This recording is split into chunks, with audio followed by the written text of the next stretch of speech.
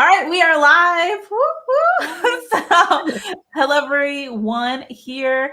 We are with another Zigzag speaker, and I'm so excited to have you here with us, Heather. I think actually you're the first person from the panel for imposter syndrome that I'm talking to. All right. And that was the very first panel that I just knew we had to do. And as soon as I talked to you, I loved your energy and I loved our conversation. That I was like, oh, I need her here with us. And so I'm so excited to have this imposter syndrome. So many people deal with it. But Heather, introduce yourself to everyone better than I could and kind of let us know what you're talking about on imposter stuff. Imposter stuff. I love that. All things imposter. I'm Heather, and I'm so excited to be part of this panel for imposter syndrome. It is something that a lot of people are starting to realize that they have, or realize that they experience in some way. My community is all about building confidence and all about, kind of looking at our personal life, our work life, and our stage life, and people will say, well, I can't really build confidence in that bit. And it's like, when you start digging down, there's beliefs in there that people feel like they're not deserving of it, or they're going to be caught out as a fake, or and so they say, oh no, I can't really do that bit.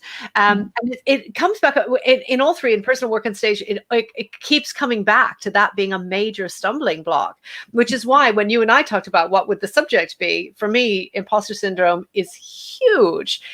I also didn't know I had imposter syndrome. So I'd worked in imposter syndrome for a very long time, but I didn't know that I experienced it until lockdown.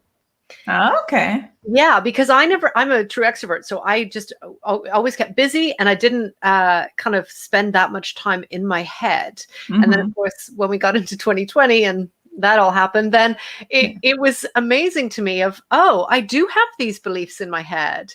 And I didn't know that I knew that I didn't ask for help. That's a major way that imposter syndrome shows up for me. But I didn't understand why. I just thought that it was, I prefer to do it myself. Actually, it isn't. It's because I feel like my achievements are not my own if I don't do everything. Okay. And that makes me a major control freak, because I'm trying to do everything. And of course, we can't do everything all the time. And when I started undoing some of that while I had my isolation time, then that's what came to the bottom of it, was that real belief of, I have to do everything, or it's not my achievement, it's other people's achievement. Okay, so there's so many things running through my head right now, and like, from just off what you said, and I feel like a lot of people, first things first, a lot of people don't realize they have imposter syndrome. Yeah. And at the same time, I feel like I deal with it all the time. I know I deal with it, and it goes back and forth because I'm really good at talking to myself. I give my mom total credit. I remember when I was a kid one time, I was probably 7 and I was wearing a dress and I had my stomach sticking out. I was like, Mom, I look so fat. And she looked at me and said, never say that ever again to yourself, Anna. And I still remember that moment because it completely changed how I talk to myself because of what she said. And so I'm really good at going back and forth when I have that imposter syndrome of going, shut up, that's not how it is. You're doing awesome. Yes. But I think a lot of people deal with that in their head of, I'm not good enough. And they don't identify it. And so I think it's really cool. That's the other part. Extroverts versus introverts, that you said. So yeah. I'm a total introvert, so I feel like introverts probably deal with it more often because they're constantly inside their head. So I think it's really interesting how when you went into lockdown, you got stuck at home and you were forced to be an introvert. And so it kind of came out. So have you seen a lot more people being able to identify it because of the lockdown even? I think there are a lot of people who realize it more. I think there's also a lot of people who are more willing to talk. I mean, thankfully, more willing to talk about mental health in general. Yeah. I think there's a lot of people sort of saying, oh, this is okay to talk about this. And in fact, it's very important that we do talk about it. And there's lots of examples of famous people who talk about it. Very big, the founder of Starbucks sort of saying, what am I doing? I don't know anything about coffee, and so, those Maya Angelou is another one very famously talked about imposter syndrome, and that they must have made a mistake and they're going to find out that they got the wrong person. Do you know, so there were a lot of quotes, but we never really took that much notice of it. And it is becoming much more talked about, which is a really good thing. Yeah. Yeah. It's the first thing that we tackled when we started our new business last year with our online business. It's the first thing that we tackled. And we talked about, you know, finding that voice in you that is talking to you in the ways that indicate imposter syndrome, and name it. Yeah. And probably one of the best techniques that you could do is name it, because now I can talk to it. Interesting. Yeah. See, I find that so fascinating. And I find it very fascinating how the mind works and everything. Like, just the idea, like, I talked to my husband about it, because he can, like, he sees actual images in his head. Like, if he's thinking, he can think about like a picture, and he can actually see it taking place, where I'm like, I can't do that. Oh, that's cool. Whenever I think about stuff, it is all words. That's all it is. It's voices and words. And so it's very interesting how the mind works, and how, like, you are identifying it and naming it. I think that's just really cool. There was another point that I completely was about to say, and then I completely forgot it again. So there's so many aspects. Like, just talking right here, you're hearing how that imposter syndrome like creeps into your life, and it happens to so many people, especially, like you said, famous people. Yeah. The owner of Starbucks.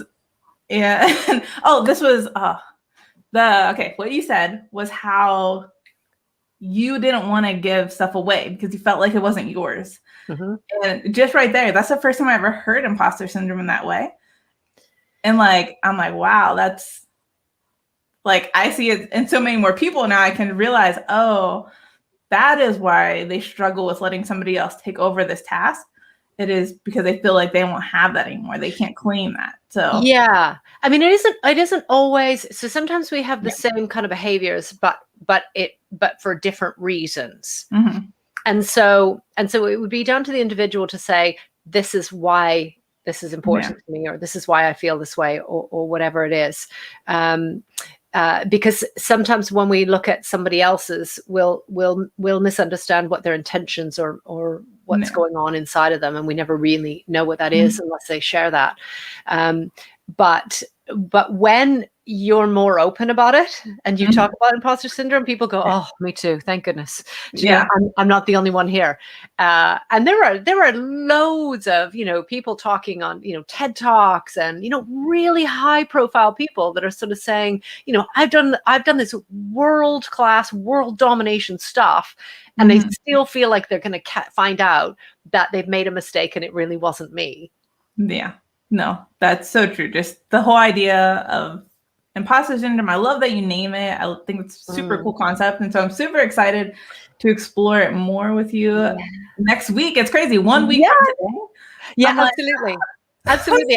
And you can get a little name for your voice. You can get a little name for your imposter and go, all right, look, Mary, I got this. Like, I know you're trying to protect me here, but I've got this. I could do, we're good. I really do know what I'm doing, you know. And if you talk to it, it almost kind of separates you, disassociates from you. And then that way it's a little bit easier to kind of deal with the symptoms of those things. So we can talk all about that. Yeah, that's so interesting to me, because it super reminds me of like kids when they're little and they have that imaginary friend that they're talking to, but we like squash that idea. Like, as they grow up, we're like, okay, stop. Like, the imaginary friend's fake. Come on, realistic reality. Yeah. Oh my goodness, we do the total opposite in our community. We're like, okay, you need a name for this, for this. You also need a name for the fierceness in you that shows up with confidence, and you need to you know have that name and tune into that. My person's called Helen, and I tune into Helen whenever I'm like, I kind of go, okay, Helen's got this, let's do it, and then it's like shoulders back.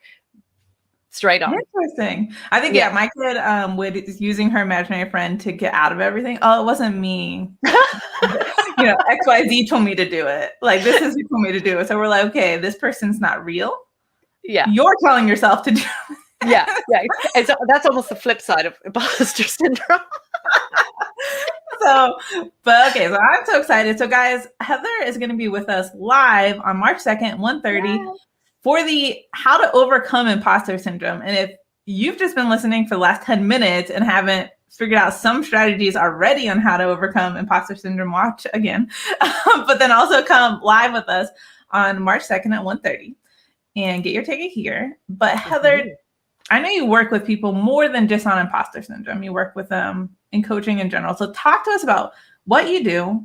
Like, and so if somebody wants to get in touch with you before next week, how can they do that and all those things? Well, I'm everywhere. So I'm a training consultant by background. So I do anything in interpersonal skills. So that could be personal awareness or team working or leadership or anything that's about connecting with people. And personal awareness is an absolute staple for me. It's just, kind of coming back to what energy am I using and how is that working for me? And that's when lockdown happened, I couldn't do global conferences anymore for obvious reasons. And so we started Confidence Through Cabaret, which is a very active community on Facebook. We're on all the social medias. We're on YouTube. We're everywhere as Confidence Through Cabaret. I'm on Clubhouse as something slightly different, which is Heather, and then YBYWYS, and that stands for it's your body, it's your world, and it's your stage. And that is our mantra, is kind of, you get to show up, you have a right to share your voice, you should take up space, and you should express your narrative, your story. And so we do a lot of work with that. And thank you. Did I do it right? Did I spell them all right? You did. I'm impressed because I was talking so fast. Thank you. Yeah. So, and then all of our socials, YouTube, IGTV, Instagram, all of it is Confidence Through Cabaret, and we are a very active community. Also, you'll find tons of content on confidencethroughcabaret.com. That's like on our landing page. All of our video logs and podcasts and blogs and you name it is on there. And we do a lot of work with not just imposter syndrome, but anything that informs confidence. So we invite all kinds of people to just get involved and sort of share their confidence stories and their tools. Yeah, definitely. I think what you do is one of the most important things in business. Thank you. The most overlooked thing in business. Easy to overlook. Yeah. Like when I went through, so I graduated with a degree in marketing and management. And I remember by the end of the year, we're like, why is there not in a class on like emotional intelligence, on how to deal with people? Because whether it's your employees or your customers, you have to know how to do exactly what you're teaching. So I think it's so cool that you're doing that, and thank you. Everyone needs it. So if you don't have a Heather in your life, you know how to find her. Yeah, absolutely. And you know what? I kind of really selfishly like that they didn't teach you that stuff, because then you can come and connect with us. And then you're getting the people that want to do it too. Yeah, absolutely. You have to want to do it. But we talk about cabaret, and although we do some movement and those kind of classes, it isn't really about teaching cabaret. It's really mostly about accepting your body and feeling good. And starting from that place where we're strong. So feeling good in how you are at the moment. And when I came to cabaret, I couldn't even do something like this, which is why we love that your body, your work, your world, your stage, because it's like we're taking up space, and we deserve to take up space, and we deserve to be heard. And it's so, so important. And we use cabaret as our metaphor. Okay. No, I like that. I remember it took me back. I had one professor who I remember taught us to do a power stand. And so every day she, before a test, she let everybody get up, do your power stand before this test, and you'll do better on it. And so it just kind of took me back to that class. And I remember everybody thought she was like the weirdest teacher ever, because it's like, what are you making us do? Because it changes how we feel. I mean, even just doing that, if anybody's watching and just do that, it feels so different. Yeah. I guess I should do it. Your hormones.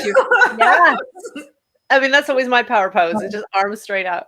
But, it's just taking up as much space as possible. And I didn't do that until I started learning the skills of cabaret. I felt really, I liked to be like this. Oh, okay. Yeah. I feel you. Whenever I start going like this, I notice it, and I'll be like, okay, take your arms out, because it's like you're more open to. So if anyone that's watching, put your hands up right now, stretch it out, do the thing. Hello. Push your dog to the side if they're next to you.